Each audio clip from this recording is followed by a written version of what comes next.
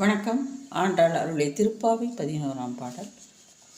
கற்று கரவை கணங்கள் பல கரந்து செற்றா திரளடிய சென்று சிறுச்செய்யும் குற்றமொன்றில்லாத கோவலர்த்தம் பொற்கொடியே புற்று அருவு அல்குல் புனமையிலே போதராய் சுற்றத்து தோழிமார் எல்லாரும் வந்து நின் முற்றம் புகுந்து முகில்வண்ணன் பேர்பாட சிற்றாதே பேசாதே செல்வப் பெண்டாட்டினி எற்றுக்கும் உறங்கும் பொருளையிலோர் எம்பாவாய்.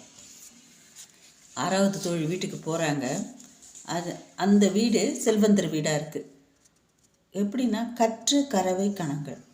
கற்று கன்று, கறவைனா கறவை பசு, கணங்கள் பல கறந்து பசுக்களிடம் பால் கறப்பவர்கள். அதாவது எவ்வளோ மாடு இருந்தால் அவங்க அப்படி வேலை பார்ப்பாங்க பயங்கரமாக.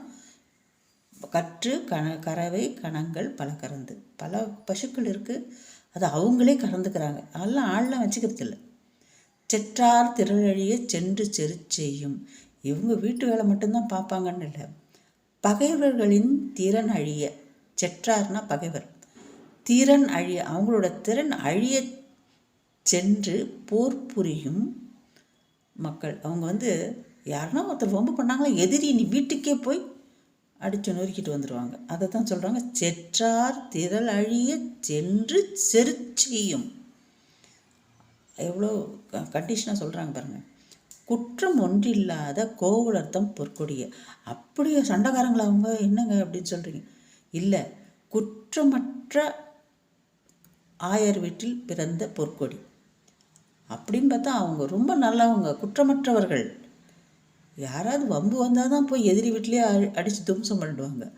ஆனால் குற்றம் ஒன்றில்லாத கோவலர்த்தம் பொற்கொடிய. ஆனால் அவங்க குற்றமற்றவர்கள், எந்த பிழையும் செய்பவர்கள் அல்ல. அதுதான் சொல்கிறாங்க. அதுக்கப்புறம் என்ன சொல்கிறாங்க? புற்று அரவு அல்குல் புனமையிலே.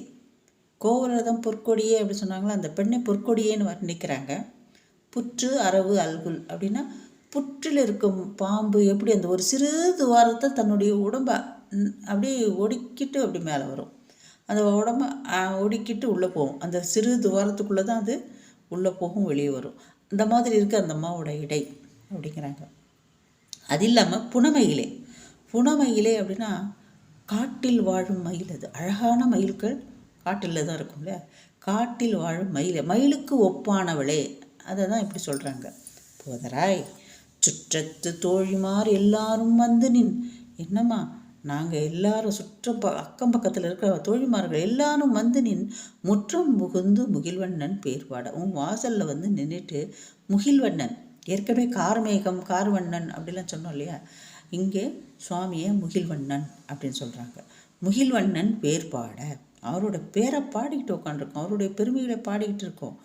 நீ சிற்றாதே பேசாதே செல்வ பெண்டாட்டினி.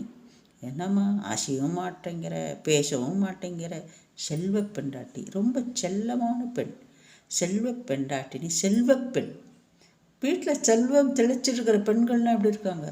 ரொம்ப செல்லமாக இருப்பாங்க இல்லையா? செல்வ பெண்டாட்டி. அவங்க பேசவும் மாட்டேங்கிறாங்களாம், அசையவும் மாட்டேங்கிறாங்களாம். சிற்றாதே பேசாதே செல்வ பெண்டாட்டினி எற்றுக்கு உறங்கும் பொருளேலோர் எம்பாவாய். எதுக்குமா இப்படி தூங்கிட்டு இருக்க? அதுக்கான அர்த்தம் என்ன? அதுக்கான பொருள் என்ன? முகில்வண்ணனோட பேரை பாடி நம்ம நோன்பு நோற்க போக வேண்டும் என்று கூறுகிறார்.